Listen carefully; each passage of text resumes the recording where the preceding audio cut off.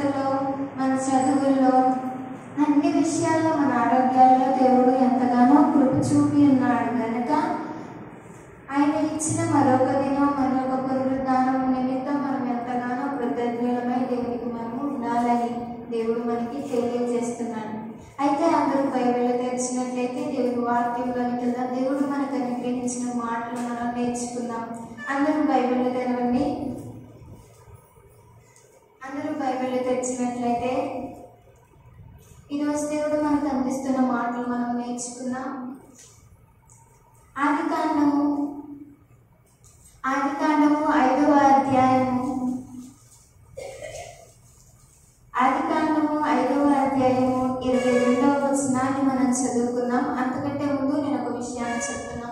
ఈరోజు దేవుడు మనతో మాట్లాడిన మాట ఏంటి అంటే, నువ్వు ఎక్కడ ఉన్నావు అని విషయం మీద నేను మాట్లాడినాను. నువ్వు ఎక్కడ ఉన్నావు అనే మాట మనం ఎవరినైనా అడిగితే మనకి చాలా రకాల సమాధానాలు అయితే వస్తాయి కదండి. ఎక్కడున్నామంటే ఏం చెప్తారు? ఇప్పుడు మీరు దేవుని మందిరంలో ఉన్నామని చెప్తారు. బయటకి ఎక్కడికి వెళ్ళినప్పుడు ఎవరైనా ఫోన్ చేస్తే ఎక్కడున్నారని అడిగితే పలానా చోటునున్నా అని చెప్తాం. లేదా కొన్ని పరిస్థితుల్లో, స్థానం రీత్యాగా ఉన్న పరిస్థితుల్లో, లేదా నువ్వు ఎలాంటి పొజిషన్లో ఉన్నావు అనే దాంట్లో కూడా, నువ్వు ఎలాంటి స్థితిలో ఉన్నావు అనే దాంట్లో కూడా మనం ఎక్కడ ఉన్నావు అనే మాటను మనం ఉపయోగిస్తాం. ఇలా ఎక్కడ ఉన్నావు, నువ్వు ఎక్కడ ఉన్నావు అనే మాట మనం చాలా విధాలుగా, చాలా పద్ధతుల్లో ఉపయోగిస్తున్న మాట మన రోజువారీ కదండి. అయితే ఈ దినాన దేవుడు కూడా మనల్ని అడుగుతున్నాడు, ఏంటి అంటే ఎక్కడ ఉన్నావు నువ్వు అని. అంటే దేవుడికి మీరు ఎలాంటి సమాధానం ఇవ్వాలో, ఎలాంటి సమాధానం దేవుడు మన నుండి కోరుతున్నాడు అనేది మనం తెలుసుకుందాం. ఈ దినాన దేవుడు నువ్వు ఎక్కడ ఉన్నాడు అని నీ ఆత్మీయమైన జీవితం విషయంలోనే దేవుడు నిన్ను అడుగుతాడండి.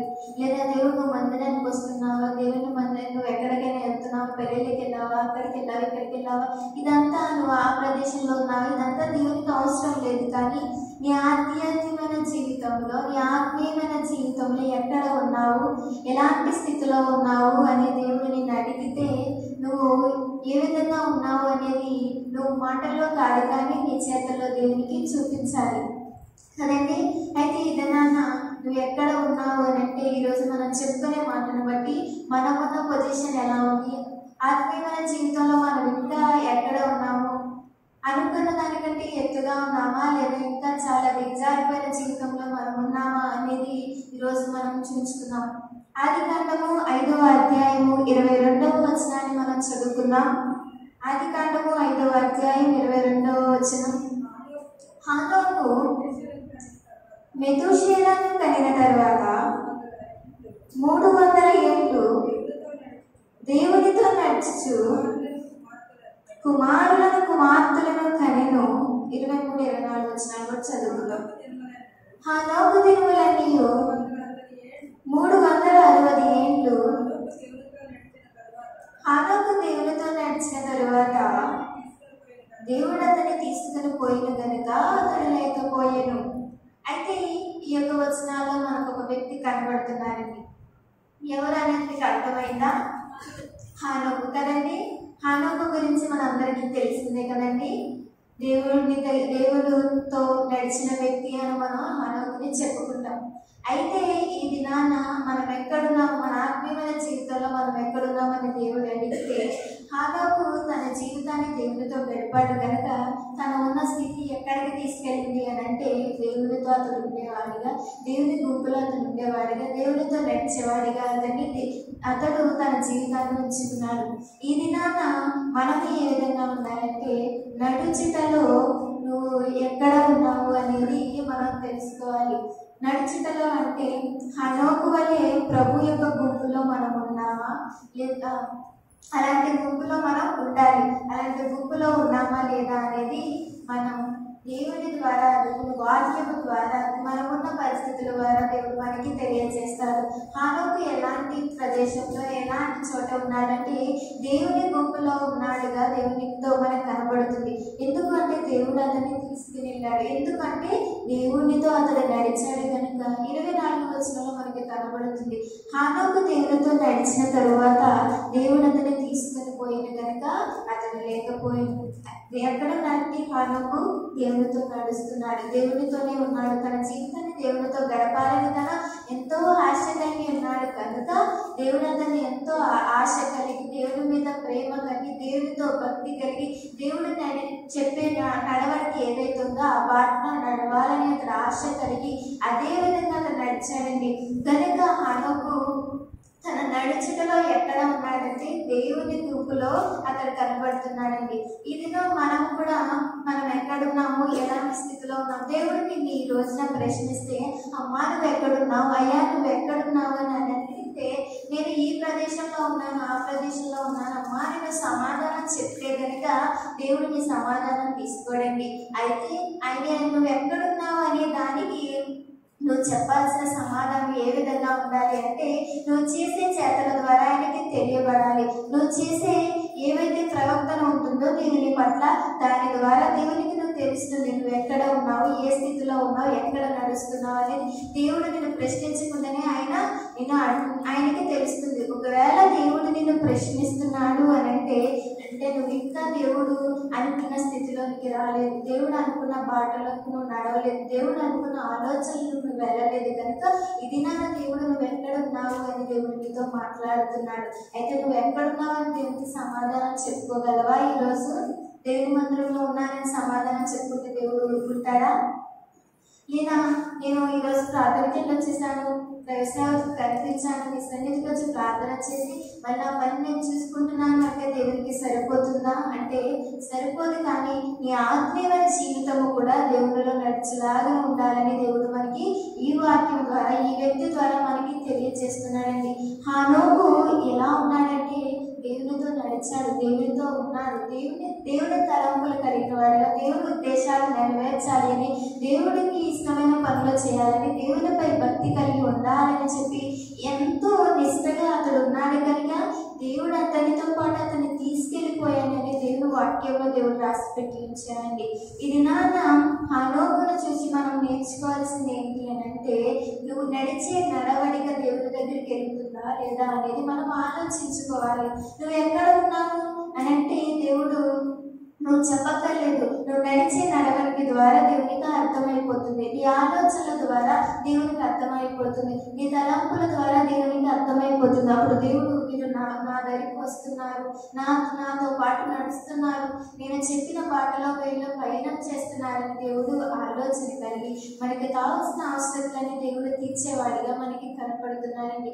ఇది మనకున్న కొద్ది సమయంలోనే దేవుని మాటలు మనం జాగ్రత్తగా విని వాటిని గ్రహించుకొని ఆ విధంగా ఉండేలాగా మన హృదయాలను సిద్ధపరచుకోవాలండి.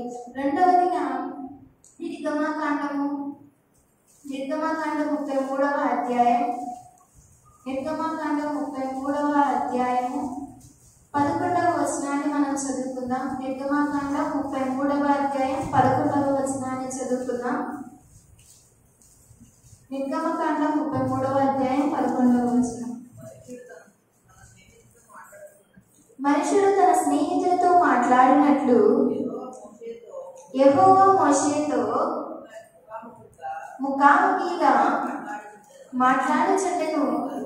తరువాత అతడు పాలెంలోనికి తిరిగి వచ్చుచుండెను. అతని పరిచారికుడును నూను కుమారుడైన యెహోషువ యవనస్తులను గుడారంలో నుండి వెలుపలికి రాలేదు. ఇక్కడ వ్యక్తి మనకి కనబడుతున్నాడు. రెండవదిగా ఏంటి అంటే ఆరాధించట విషయంలో నువ్వు ఎక్కడ ఉన్నావని దేవుడు నిన్ను అడుగుతున్నాడు. అయితే అడిగే ముందు దేవుడు మనకి ఎవరిని చూపిస్తున్నాడు అంటే మోషే అనే వ్యక్తిని మనకి చూపిస్తున్నాడు. మోషే గురించి తెలియని వాళ్ళు ఎవరైనా ఉన్నారండి? ఎవ్వరు లేరండి. అందరికీ మోషే గురించి తెలుసు. మోషే దేవునితో ఎలా నడిచాడు, దేవునితో ఎలా ఉన్నాడు, దేవునితో అతని సంబంధం ఏ విధంగా ఉంది అంటే ఈ లేఖనంలో మనకి కనపడుతుందండి. మనుషుడు తన స్నేహితులతో మాట్లాడినట్లు యెహోవా మోషేతో ముఖాముఖిగా మాట్లాడుచున్నాడు. ఇక్కడ చూసారా మోషేకి దేవుడు ఎంత స్థానం ఇచ్చాడు అంటే ఒక స్నేహితుడు ఫ్రెండ్స్ ఎలా అయితే మాట్లాడుకుంటారో అంత డైరెక్ట్గా అంత సన్నిహితంగా ఆ దేవుడు అతనితో మాట్లాడుతున్నట్లుగా మనకి కనపడుతుంది. మనం ఇప్పుడు మన స్నేహితులతో మాట్లాడినట్టు మన దేవుడితో మాట్లాడగలమా? మనకు అంత ధైర్యం ఉందా? మోషే ఎంత ధైర్యం కలిగి, ఎంత భక్తి కలిగి, ఎంత భయం కలిగి ఉన్నాడు కనుక దేవుని అతనితో ఒక స్నేహితుడిలా మాట్లాడే అవకాశాన్ని మోషేకి దేవుడు అనుగ్రహించాడు. అంటే అతని ఆరాధన ఏ విధంగా ఉన్నది అనేది మనకి తెలుస్తుంది. దేవుడు తనకని మోషే దేవుడు ఎలా చేయమన్నాడు, ఎలా నడవమన్నాడు, తన ప్రజలైన ఇశ్రాయేలీయులను ఎలా నడిపించమన్నారు, ఏ విధంగా దేవుని నడపమన్నాడు, వారి ప్రయాణంలో దేవునిలో అన్ని విషయాల్లో మోషే ఎంతగానో దేవుని వైపు చూసి వారిని నడిపించినట్లుగా మనకి ప్రత్యేక లేఖనంలో ప్రత్యేక సేవకుల చేత మనం వింటూనే ఉన్నామండి. అయితే ఇక్కడ మనకి ఏం తెలుస్తుందంటే దేవుని గుడారంలో పాలెంలో దేవునితో మాట్లాడడానికైనా, దేవుని దగ్గర ప్రార్థన చేయడానికైనా ఇశ్రాయేలీయులకు ఒక పాలెం లేదా ఒక గుడారం అనేది దేవునికి సంబంధించినది ఉండేది. అయితే ఆ గుడారంలోనికి ఎంతో ఇలా మోషే లాంటి దేవుని మీద భక్తి కలిగిన వారు, భయం కలిగిన వారు వెళ్ళేవారండి. అలాగే ఆ మోషే అక్కడ గుడారంలోకి వెళ్ళడానికి కూడా అందరికీ అర్హత ఉండేది కాదు. ఎందుకంటే వారు చేసే పనుల ద్వారా, వారు చేసే ప్రవర్తన ద్వారా దేవునికి ఇష్టమైన వారిగా మనం ఉండాలి. కానీ వారిలో కొంతమంది అలా లేకపోవడం వల్ల అందరూ అక్కడికి వెళ్ళే అవకాశం దేవుడు వారికి ఇవ్వలేదు. కానీ మోషేకి అలాంటి అవకాశం ఇచ్చాడు. ఎప్పుడు వెళ్ళినా, ఎప్పుడు దేవుడితో మాట్లాడాలి అనుకున్నా, ఎప్పుడు తనకి అవసరం వచ్చినా, దేవుని సహాయం కావాలి అని అనుకున్నప్పుడు వెంటనే ఆ గుడారంలోకి వెళ్ళి దేవుడి దగ్గర ప్రార్థన చేయగానే ఎలా అయితే స్నేహితులతో మనం మాట్లాడుకుంటాం, అదే విధంగా వెంటనే దేవుడు ఆ గుడారంలోకి వచ్చి మోషేతో మాట్లాడుతున్నారండి. అయితే ఈరోజు మనం చేస్తున్న ఆరాధన ఏ విధంగా ఉంది, మోషే చేసిన ఆరాధన ఏ విధంగా మనకి కనిపిస్తుంది?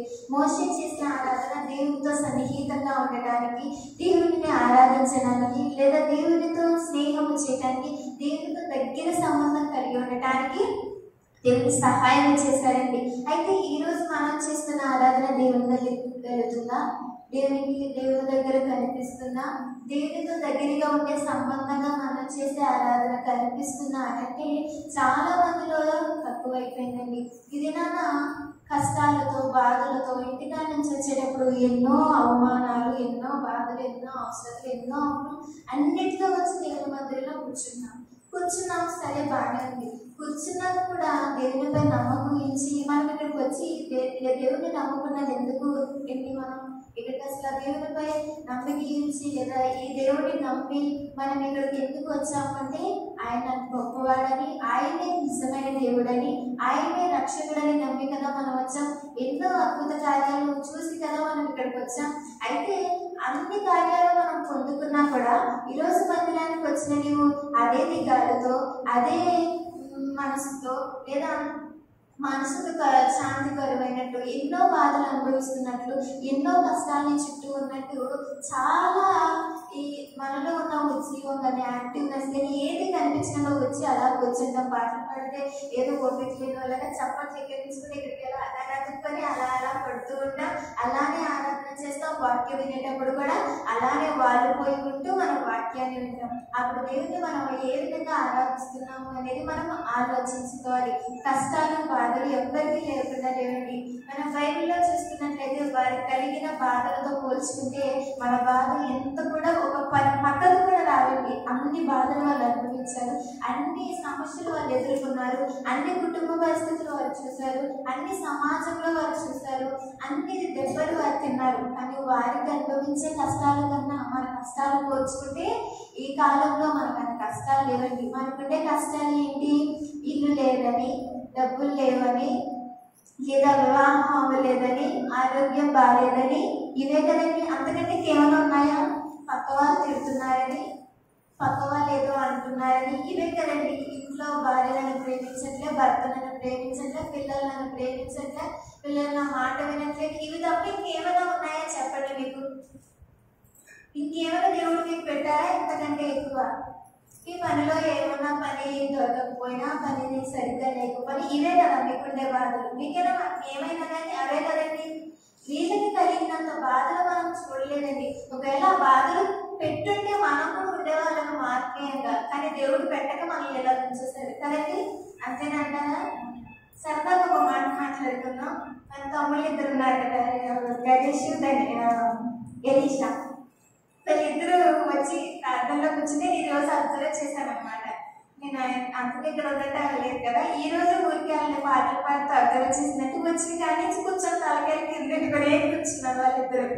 ఆ కాళ్ళు గిల్లుకుంటారు, కోళ్ళు గిల్లుకుంటారు, వాళ్ళిద్దరు మొహాలు చూసుకుంటారు. వాళ్ళకి ఎంత బాధ వచ్చిందండి. అసలు వచ్చింది కానీ అలాగే కూర్చుని ఉన్నారు. చప్పట్లు కానీ పాటలు పాడడం కానీ అసలు ఏం లేదు. అంటే ఎంత దిగాలి అంటే వాళ్ళు ఎంత బాధపడుతున్నారు అనేది ఆమె చూస్తే అమ్మో ఎంత జాలేసేది. నేను పాటలు పడుతుంది అది అనిపిస్తుంది. పాప మీద ఇద్దరికి ఏమైంది, వాళ్ళకి ఉన్నాయండి బాధలు. స్కూల్కి వెళ్ళాలి, ఎగ్జామ్స్ రాయాలి, మాస్టర్ చెప్పి వినాలి, టీచరు సార్ ఊరుకుంటారేంటండి, ఎన్ని దెబ్బలు తినుంటారు. ఎవరు ఊరుకుంటారు? వాళ్ళు స్కూల్ మానేస్తే కొడతారు, వర్క్ చేయకపోతే కొడతారు. అన్నీ ఆలోచించుకుంటున్నారేమో పాపం. వాళ్ళిద్దరు ఇక్కడ ఉన్న అందరిలో కంటే వాళ్ళిద్దరు ఎక్కువ బాధ నేను చూసా. ఇప్పుడు చాలా బాగా చేశారు ఇద్దరు. ఇప్పటికీ అలాగే ఉంటారు. తలకి దించుకొని అమ్మాయిలు కూర్చున్నారు. అంత బాధ అనిపిస్తున్నారు అనమాట. మీ అందరిలో కంటే వాళ్ళిద్దరిలోనే నేను ఎంత దిగాలుగా కూర్చున్నానంటే అసలు అమ్మో ఏంటి ఎవరికి లేని బాధ అలాగే ఉందేమో అన్నట్టు ఉంది. కానీ ఇక్కడ అందరికంటే సంతోషంగా ఎవరున్నారో చెప్పడండి. ఈ గుడ్డలో నచ్చట్టు సాగర్ వచ్చిన కానించి చాలా యాక్టివ్ ఉన్నాడండి ఆ పిల్లడు. అడిగి ఉంటాయండి బాధలు, ఏదో ఆరోగ్యంలో ఇంట్లో అమ్మ ఏమైనా ఇవ్వలేదని. చిన్నపిల్లలకు కూడా ఉంటాయండి. పప్పు ఇవ్వకపోతే ఏదైనా తినడానికి ఇవ్వకపోతే బాధే కదా, ఆడికి ఆకలేసిన బాధే కదా. కానీ ఆడు వచ్చిన కానీ చాలా యాక్టివ్గా చప్పట్లు కొడతారు. ఆడిని చూసుకొని వాళ్ళు ఇద్దరు చప్పట్లు కొట్టలేదు, వాడి పక్కనే ఉన్నారు. మీరు అబ్జర్వ్ చేశారా? నేను చూసానండి. నేను అక్కడ కూర్చున్నప్పుడు చూసి ఇక్కడికి వచ్చిన నేను ఇలా పాటలు పాడినప్పుడు కూడా చూసాను. వాడు చాలా యాక్టివ్గా కొట్టారు. వాళ్ళ అన్నయ్య కూడా చప్పట్లు కొట్టట్లేదు సాగర్ కొట్టినట్టు. అంత చక్కగా ఆ బాబు చప్పట్లు కొడతాడు, ఆ తమ్ముడు చప్పట్లు కొడతాడు. ఆ పక్కన వాళ్ళు ఇద్దరు పెద్దోళ్ళు. వీడి చేతులైనా నొప్పాడు, తెల్లారి చేతులు కదండి చిన్నోడు. మరి వాళ్ళిద్దరు అంతకంటే పెద్దోళ్ళు కదా, వాళ్ళిద్దరు చప్పట్లు కొట్టాలి కదా. కానీ వాళ్ళకి బాధ ఎక్కువైంది, వీడికి బాధ లేదనమాట. చిన్నపిల్లడు కదండి, ఆయనకి బాధ అంటే ఏంటో తెలియదు, వాళ్ళిద్దరికి బాధ అంటే ఏదో తెలుసు. అయితే ఈ దినాన దేవుడిని మనం ఆరాధించాలి. ఎందుకు చెప్తున్నానంటే సరదాగా వాళ్ళిద్దరు మంచోళ్ళండి. చక్కగా దేవుని పరిచయంలో వాళ్ళు చాలా ముందుగా వస్తున్నారు. ప్రభుడికి కానీ వాయిద్యం వాయించడానికి అన్ని భరతాలు వేయడానికి కానీ గణేషులు ఎలీషా చక్కగా వస్తున్నారండి. దేవుడు వాళ్ళు దీవించిన గాక. ఇప్పుడు సాగర్ కూడా ఇంకా ఎదిగినప్పుడు కూడా దేవుడు అలాగే అతన్ని కూడా వాడుకొని అలానే పరిచయంలో వెళ్ళి ఎదిగినట్లకు కూడా వాళ్ళ కొరకు ప్రార్థన చేసి చిన్న బిడ్డ రేపొద్దున దేవుని సన్నిధిలో పరిచయం చేసేవారుగా దేవుని వాళ్ళు వాడుకోవాలి. అయితే ఈ దినాన్ని నేను ఎందుకు చెప్తున్నానంటే మనకి ఎన్నో బాధలు ఉంటాయి, ఎన్నో కష్టాలు ఉంటాయి, ఎన్నో శ్రమలు ఉంటాయండి. నుంచి నాకు గారి వచ్చిన మీ గారి చిన్నపిల్లలు చెప్పాను కదా, వాడు కూడా అది వాడి మనసుకి అది చిన్న బాధ. ఏమి ఇవ్వలేదు అని అంటే అది ఇవ్వలేదు, తినటానికి ఇవ్వకపోయినా ఆకలేసిన అది వాడి బాధే కదండి. వాడి మనసుకి అది పెద్దది, మనకు కలిగిన బాధలు మన మనసుకి పెద్దది. కానీ బైబిల్లో కనిపించే బాధల కన్నా మన బాధలు ఏ పాటికి రావండి, అసలు ఏ దానికి సరిపోవు. అలాంటప్పుడు అంత తక్కువ బాధలతో ఏదో మన లోకంలో ఉండటానికి మాత్రమే దేవుడు వాటిని మనకి ఇచ్చాడు. వాటిని మనం అనుభవించాలి. అంతవరకు వాటి గురించి మనం ఎంత బాధపడిపోతాం అంటే దేవుడు మన వరకు తీసుకొచ్చి చేద్దామనే సమయంలో కూడా అదే నిట్టూర్పులో ఉంటావు, అదే అవిశ్వాసంతో ఉంటావు. నాకు ఇంకా జరుగుతుందా అని ఆలోచిస్తూనే ఉంటావు. నీ చేతులు దాకా వచ్చేదాన్ని నువ్వే పోగొట్టుకుంటున్నావు. అలా ఉండకూడదు. దేవుడి దగ్గరికి రాగానే మనం ఎన్ని బాధలున్నా ఎన్ని కష్టాలున్నా మర్చిపోయి దేవుని మైమరిచి ఆనందించాలి. దావీదు రాజు తన రాజైనప్పటికీ రాజస్థానంలో ఉన్నప్పటికీ తన రాజ్యం అంతటా కూడా దేవుని నాట్యం చేస్తూ దేవుణ్ణి స్తుతిస్తూ గంతులేస్తూ నాట్యం ఆడుతూ దేవుణ్ణి ఆరాధించినట్లుగా మనకి కనబడుతుంది. అయితే మనం ఈ దినాన అన్ని గంతులేసి ఆరాధించలేదు, కానీ మందిరానికి వచ్చినప్పుడు మనకున్న ఉజ్జీవాన్ని మనం రేకెత్తించి దేవునిలో మనం ఉజ్జీవంగా ఉండాలి, దేవుని పనిలో మనం ఉజ్జీవంగా ఉండాలి. మన కష్టాలు నష్టాలు ఇవన్నీ పక్కన పెట్టేసి దేవుని మందిరానికి వచ్చాం. దేవుని సన్నిధిలో మనము దేవుని ఆరాధించడానికి మాత్రమే మనకి ఇక్కడ వచ్చాం. మన మిగిలినవన్నీ పక్కన పెట్టేసి దేవుని స్తుతించే వారిగా ఉండాలి. ఈరోజు మోషేకి దేవుడు అంత గొప్ప స్థానం తన మనసులో ఇచ్చాడు. ఆ పరిస్థితులు అంత సన్నిహితము దేవునికి మోషేకి కలిగింది అంటే అతడు చేసిన ఆరాధనే అతన్ని అలా నడిపించింది. మరొక విషయాన్ని మనం నేర్చుకుందాం. నెహెమ్యా గ్రంథం 6వ అధ్యాయం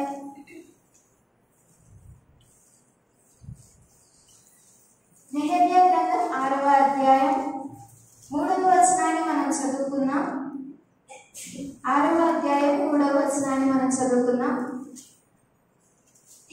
వారు త్వరగా అందించారు. నెహెమ్యా గ్రంథం 6వ అధ్యాయం 3వ వచనం. అందుకు నేను చేయి పని గొప్పది, దానిని విడిచి నీ వద్దకు వచ్చుటకు నేనెందుకు ఆపవలెను? నేను రాలేనని చెప్పుటకు దూతలను పంపితిని. ఇక్కడ మరొక వ్యక్తి మనకి కనపడుతున్నారు. ఎవరు అంటే నెహెమ్యా గారు. దేవుని పరిచారకుడు. ఈయన కూడా దేవుని మాట వింటున్న వ్యక్తిలో ఈ వ్యక్తి ఒకడు.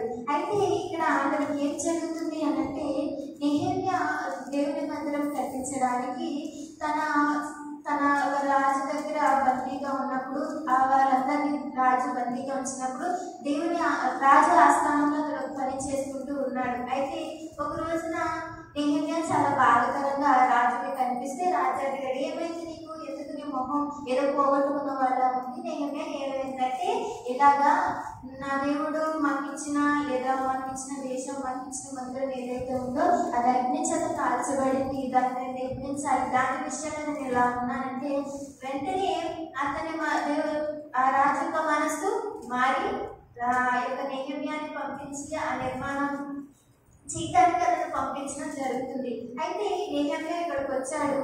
మందిరము కట్టించాలి, ఆ మందిర గుమ్మాలన్నీ కాల్చివేయబడ్డాయి, అవన్నీ కూలిపోయాయని, దేవుని మందిరము ఉండాలి అనే ఆలోచనతో దేవుని ప్రేరేపణతో అతను ఇక్కడికి వచ్చి ఉన్నాడు. అయితే అక్కడికి వచ్చాక కొంతమంది వ్యక్తులు ఎవరైనా పని చేసుకుంటే కొంతమంది నచ్చిన వారు ఏం చేస్తారండి, ఏదో ఒక విధంగా దాన్ని మనం తొలగించాలని, అది జరగకుండా ఆపాలని చేస్తారు కదండి. అలాగే నెహెమ్యాకి కూడా జరిగిందండి. అయితే అతను చేసే పనిలో దేవుని పని అని అతను భయపడక వారు ఇక నెహెమ్యాకి మన 6వ అధ్యాయం ముందు నుంచి చదువుకుంటే ఏమవుతుందంటే, వాళ్ళు ఇక్కడ సంబర్లటు టోబియా అనే ఇద్దరు వ్యక్తులు ఏం చేస్తారంటే ఆ పని జరగకుండా అతను నాటకపరచాలి అని చెప్పి ఆ వ్యక్తిని నెహెమ్యా మనం ఒక చోట కలుసుకుందాం, నువ్వు రా అని చెప్పి అతనికి వర్తమానం పంపుతారు. అయితే ఇక్కడ వర్తమానం నెహెమ్యా దగ్గరికి వెళ్ళగానే నెహెమ్యా, లేదు నేను ఎందుకు రావాలి, నేను చేస్తున్నది దేవుడి పని, అది నేను ఆపేసి నీ దగ్గరకు రావాలా, ఇప్పుడు దేవుడి పని నేను వదిలేసుకొని నీ దగ్గరికి రావాలా అని తిరిగి వాళ్ళకి వర్తమానం పంపితే వాళ్ళు అలాగే చాలాసార్లు మళ్ళీ నువ్వు రా అని నన్ను చాలా ఇబ్బంది పడుస్తారండి. అలాగా రామని 10 సార్లు కూడా దాటిగా అతను సమాధానం చెప్పి మళ్ళీ వర్తమానం పంపేవాడు. అయితే వీళ్ళు ఏం చేస్తారంటే ఒక వర్తమానం పంపిస్తారు. ఏమనంటే, నువ్వు రాజుకి వ్యతిరేకంగా, రాజుకి పై అధికారిగా ఉండటానికి నువ్వు ఇలా చేస్తున్నావు కదా అని చెప్పి అతనికి ఆటంకంగా ఉండటానికి లేదా అతన్ని అలా అవమానపరచడానికి ఆ వర్తమానం లేదా ఆ ఉత్తరాన్ని పంపించి అతన్ని ఇబ్బంది పరుస్తారు. అయితే ఈ నెహెమ్యా ద్వారా మనం తెలుసుకోవాల్సిన విషయము, అతడు ఎక్కడున్నాడు అంటే దేవునికి చాలా దగ్గరగా ఉన్నాడు. ఎందుకు అంటే దేవుని పని చేస్తున్నా నేను నీ దగ్గరికి వచ్చి ఇప్పుడు నీతో నేను మాట్లాడుకుంటూ కూర్చోవాలా, నేను చేస్తున్న పని ఆపేసి అది ఏం పని, నేను ఊరికి ఏదో నైట్ కట్టుకుంటున్నానా లేదా ఎవరితో అయినా నేను ఆటలాడుకుంటున్నానా కాదు, నేను దేవుని పని చేస్తున్నా, దేవుని మందిర పని చేస్తున్నా, దేవుని పనిలో నేను ఉన్నా, నేను ఇదంతా ఆపేసి నువ్వు రమ్మంటే నేను వచ్చేయాలని గట్టిగా తండ్రి దేవుని పని వదిలిపెట్టకూడదని పరిచయం అని చాలా నమ్మకంగా దొరుకుతున్నాడని. ఇది నా నెహెమ్యా వలె దూషణ కలిగిన మాటలు, వ్యతిరేకమైన మాటల మధ్య మనం పనిచేసినప్పుడు కూడా మనం ఏ విధంగా ఉండాలంటే నమ్మకంగా ఉండాలని దేవుడు మనతో మాట్లాడుతున్నాడు. ఇక్కడ మోషకి అంటే నెహెమ్యాకి ఎంత ఇబ్బంది కలిగిందని, అతన్ని చంపడానికి, అతన్ని వ్యతిరేకపరచడానికి, వారు శత్రువులైన వారు తనకి హాని చేయడానికి 2వ వచనాన్ని చదువుతున్నాను చూడండి. సంబలను దేశమును నాకు ఏదో హాని చేయటకు ఆలోచించి, చూసారా, అతన్ని ఏదో హాని నెహెమ్యాని కలిగించాలనే ఆలోచనతో వాళ్ళు ఏం చేస్తున్నారు, దేవుని మందిర పనిని లేదా దేవుని పనిని చేస్తున్న ఆ వ్యక్తిని ఆటంకపరుస్తున్నారు. అయితే మనము దేవుని పని చేసినప్పుడు మనకి ఎన్నో ఆటంకాలు వస్తాయి కదండి, ఎన్నో అవరోధాలు వస్తాయి, ఎన్నో ఆటంకాలు వస్తాయి, ఎంతోమంది మనం ఎన్నో అంటారు, ఎన్నో మాటలు అంటారు. కానీ ఏ విధంగా ఈ యొక్క నెహెమ్యా నిలబడడానికి మనం నిలబడిన వారిగా ఉంటే దేవుడు ఎక్కడున్నా అని నిన్ను అడిగిన నువ్వు చేసే ప్రవర్తన ద్వారా దేవుడు మనల్ని నువ్వు ఈ స్థితిలో ఉన్నావు, నువ్వు ఇక్కడ ఉన్నావని దేవుడు గ్రహించుకోగలుగుతాడు. నెహెమ్యా ఎక్కడున్నాడండి? ఆ ఒక్క పని దేవుడికి నమ్మకంగా అక్కడ చేశాడు. నేను నా దేవుని పని వదిలేసుకొని నీ దగ్గరికి వచ్చి ముచ్చట్లు పెట్టాలా, నువ్వు చేయమని నేను చెయ్యాలా అనేది అని దాటిగా అతనికి సమాధానం చెప్పి దేవుని పని వదిలి వెళ్ళకూడదని దేవుని పరిచర్య చెయ్యాలి. దేవుని పని ఏదైతే ఆగిపోయిందో ఆ మందిర పని నేను నిర్మించాలి, చెయ్యాలి అనే ఆలోచనతో అక్కడ ఉన్న వారందరితో మాట్లాడి తను చేసుకుంటూ ఉన్నాడండి. అయితే ఈ దినం నీకు కలుగుతున్న దేవుని పరిచర్యలో కానీ దేవుని పనిలో కానీ ఆటంకంగా ఉన్నవారు, నిన్ను వెనక్కి లాగుతున్న వారు, మాటల ద్వారా, చేతుల ద్వారా, చూపుల ద్వారా, ఆలోచన ద్వారా, దేని ద్వారా అయినా కానీ నిన్ను వెనక్కి లాగుతున్న వారిని చూసి నువ్వు వెనక్కి వెళ్ళావనుకోండి, నాశనం అయ్యేది నువ్వు తప్ప వారు కాదు. వాళ్ళు వచ్చిపోతూ ఉన్నారు, నువ్వు ఆగిపోయావు. వారు చెప్పిన మాటలు నువ్వు ఆగిపోయావు కాబట్టి దేవుడు వారికి ఆశీర్వాదం వెళ్ళిపోతాయి, కానీ నువ్వు ఆశీర్వాదం పొందుకోలేవు. ఇది నా దేవుని పనిలో మనం నమ్మకంగా ఉండాలి. ఎన్ని వ్యతిరేకమైన మాటలు మనకు వస్తున్నా, నెహెమ్యాకి ఎంత హాని కలిగించాలని, ఎంత వ్యతిరేకంగా ఉండాలి, వాళ్ళు ఆ పని జరగకుండా అతను ఆపడానికి ఎన్నో పన్నాగాలు పని రాజుకి నువ్వు వ్యతిరేకంగా ఉన్నావని అందుకు ఆ వర్తమానంలో ఆ లెటర్లో రాసుకోకపోతే ఆ కాలంలో ఒకవేళ రాజుకి ఎవరైనా రాజుగా ఉండాలన్నా, రాజుకి వ్యతిరేకంగా ఉండి పని చేయాలి అన్నా ఆ వ్యక్తుల్లో ఊరుకోలేని వాళ్ళు కంపల్సరీ ఏదో ఒక విధంగా చంపేస్తారు. ఆ విషయం రాజు గారికి వెళ్తే ఆ రాజు ఊరుకోరు, రాజు ఆస్థానంలో ఉన్న వారు ఎవరు ఊరుకోరండి ఆ విషయం. కానీ వారు ఆ విధంగా చేస్తే నెహెమ్యా ఏమవుతాడు? చనిపోతాడండి. కానీ నెహెమ్యా దానికి కూడా భయపడలేదు. నన్ను చంపితే చంపని, ఏమైనా చేస్తాను, నేను దేవుని పనిని మాత్రం విడిచిపెట్టి నేను నీ దగ్గరికి రాను, చెప్పింది చెయ్యను అని అతడు చాలా గట్టిగా దృఢముగా ఉన్నాడు కనుక దేవునికి చాలా దగ్గరగా ఉన్నట్లుగా మనకి కనపడుతుంది. మనం చేసే పని చెయ్యిటి ఎందు మనం ఎక్కడ ఉన్నాము అనేది దేవుడికి కనపడుతుంది. నడిచిటలో మనం హనోకు వలె ఉండాలని మనకు దేవుడు చెప్తున్నాడు. హనోకు ఎంత దగ్గరగా ఉన్నాడు, నడిచే మార్గంలో, నడిచే ఆలోచనలో, ఏదైనా దాని విషయంలో హనోకు వలనే మన దేవుడికి దగ్గరగా ఉండాలి. మోషే వలనే దేవుడు మనం ఆరాధించేవారిగా మనము అంత దగ్గరగా దేవుడి దగ్గరగా ఉండాలి. నెహెమ్యా వలె కూడా మనం దేవుడికి దగ్గరగా ఉండాలని, పని చేసే వాటిలో వ్యతిరేకంగా ఉన్న పరిస్థితులన్నింటినీ మనం పక్కకు నెట్టేసి దేవుడి కొరకు నిలబడాలని నేను మీకు తెలియజేస్తున్నాను. అయితే మరొక విషయాన్ని మనం తెలుసుకున్నాం. అపోస్తలుల కార్యం 20వ అధ్యాయం 27వ వచనాన్ని మనం చదువుకున్నాం. 20వ అధ్యాయం 27వ వచనాన్ని మనం చదువుకున్నాం. అపోస్తలుల కార్యం 20వ అధ్యాయం 27వ వచనం. దేవుని సంకల్పం అంతయు నీకు తెలుపకుండా నేనేమియో దాచుకోలేదు. చాలండి. ఈ యొక్క అపోస్తలుల కార్యం 20వ అధ్యాయం 27వ వచనంలో దేవుని సంకల్పం అంతయు మీకు తెలుపకుండా నేనేమీ దాచుకోలేదని ఇక్కడ లేఖనంలో మనకి కనబడుతుంది. అయితే పౌలు గారు ఈ యొక్క లేఖనంలో మాట్లాడుతున్నట్లుగా మనకి కనబడుతుంది. అయితే ఆయన దేవుని గురించి సాక్ష్యం ఇచ్చినట్లుగా ఇక్కడ మనం చూస్తాం. సాక్ష్యం ఇచ్చేటప్పుడు కూడా మనం ఎక్కడ ఉండాలంటే దేవుడి దగ్గరగా మనం ఉండాలి. మన స్థానం ఎక్కడ ఉండాలంటే దేవుడు చూసినప్పుడు దేవుడికి దగ్గరగా ఉండాలి. ఇక్కడ పౌలు గారు తన పాత జీవితంలో ఎన్నో పరిస్థితులు, ఈ యొక్క దేవుని పిల్లలైన వారికి ఎంతో వ్యతిరేకంగా ఉన్న వ్యక్తి దేవుడు అతన్ని మార్చుకొని దేవుని సేవలో అతన్ని నిలబెట్టుకున్నారు. అయితే ఇప్పుడు పౌలు గారు అంటున్నారు, దేవుని విషయం ప్రతి ఒక్కటి నేను మీకు చెప్పేశాను, అన్నిటికీ నేను తెలుపకుండా నేను ఏమి దాచుకోలేదని ఇక్కడ మనకి ఆయన సాక్ష్యం ఇస్తున్నాడండి. దేవుడి విషయాలన్నిటినీ మనం సాక్ష్యం ఇచ్చేవారిగా, దేవుడు చేసే ప్రతి ఒక్క పని, దేవుడు మన జీవితంలో చేసే మన దేవుని వాక్యాలే మనకు తీసుకెళ్ళి బైబిల్ ఓపెన్ చేసి చెప్పక్కర్లేదండి. ఈరోజు దేవుడు చేసిన కార్యాలు జీవితంలో వందల కొలుగున్నాయి. నీ జీవితంలో దేవుడు చేసిన అద్భుతాలు ఎన్నో ఉన్నాయి. అమ్మా ఇలాగ దేవుడు నా జీవితంలో ఇన్ని చేశాడు, నాకు ఇది ఇచ్చాడు, అది ఇచ్చాడు, ఇన్ని చేశాడమ్మా, నేను ఆయన దగ్గరికి వెళ్ళాలి, ఇవన్నీ నాకు వచ్చాయని నువ్వు సాక్షిగా ఒకరి దగ్గరికి వెళ్ళి నువ్వు ఏవేవో మాటలు మాట్లాడి ఎవరి దగ్గర కూర్చొని ఏవేవో మాటలు, అవసరం లేని మాటలు, పనికిరాని మాటలు ఇవన్నీ మాట్లాడతావే. దేవుడు నీ జీవితంలో చేసే ఒక్క సాక్ష్యాన్నైనా అందుకని వారితో నువ్వు పంచుకున్నావా?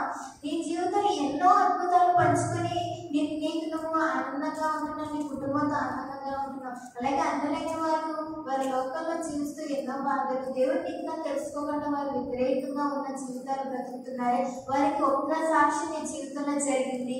నీ దేవుడు నీకు చేసిన చిన్న సాక్ష్యమే చాలు. అది వారి దగ్గరికి వెళ్ళి ఏయో మాటలు మాట్లాడే కంటే అమ్మా నాకు ఇది చేశాడు, నేను ఇది పొందుకున్నాను, నాకు ఇది జరిగింది అని నువ్వు చెప్పగలిగావా? ఇక్కడ పౌలు గారు చెప్తున్నారండి, నేను ఏదైతే దేవుడి దగ్గర నేర్చుకున్నాను, ఏదైతే దేవుడు నన్ను చేశాడో, ఏదైతే దేవుడు నన్ను చేయమన్నాడో వాటన్నిటి విషయంలో నేను ఏది దాచుకోలేదు, అన్ని నేను మీకు చెప్పాను, నేను ఏది దాచుకోలేదు అని చెప్పి అక్కడ సాక్ష్యం ఇస్తున్నాడు. ఆ విధంగా ప్రతి ఒక్క పనిని మన దేవుడు మన జీవితంలో చేసేదాన్ని, దేవుడు చేసిన అద్భుతాలని ఎన్నో మనకు తెలిసండి. నోటి ద్వారా ఎన్నో మనం చెప్పొచ్చు, వందల గురించి మన నోరు తెరిచి దేవుని గురించి ఎన్నో మాటలు చెప్పొచ్చు. కానీ మనం దేవుని గురించి తప్ప అన్ని విషయాలు మాట్లాడతాం, అందరి గురించి మాట్లాడతాం, అందరి విషయాలు మనకు కావాలి. కానీ దేవుని విషయం మనకు అవసరం లేదు, నువ్వు పొందుకుంటే సరిపోతుంది అన్నట్టు నువ్వు అనుకున్నావు. కానీ అది చాలా వరకు తప్పండి. దేవుడు చూస్తున్నాడు, నీకు చిన్న అవకాశం దొరుకుతుంది వారితో మాట్లాడే అవకాశం. అయితే నువ్వు ఆ అవకాశం దొరికినప్పుడు కూడా నువ్వు ఏం చేస్తున్నావు అంటే దాన్ని సద్వినియోగం చేసుకోలేకపోతున్నావు. వారితో మాట్లాడే మీద వేగయ్యో మాటలకి ఎక్కడెక్కడికో చాలా దూరాలు మాట్లాడేస్తున్నావు, కానీ దేవుని మాట ఒక్కటి కూడా నీ నోటి నుండి రాకుండా ఉంది. ఇది నా దేవుడు నువ్వు ఎక్కడ ఉన్నావు అని అడిగితే నువ్వు చేసే ఈ ప్రవర్తన ద్వారా కూడా నువ్వు ఎక్కడ ఉన్నావు అని దేవుడు నిన్ను ఆలోచించగలుగుతాడు, లేదా దేవుడు నీకు తెలుస్తుంది. ఇంకొకటి ప్రార్థించండి అంటే నువ్వు ఎక్కడున్నావు అనేది మనం తెలుసుకుందాం. మొదటి తిమోతి 2వ అధ్యాయం,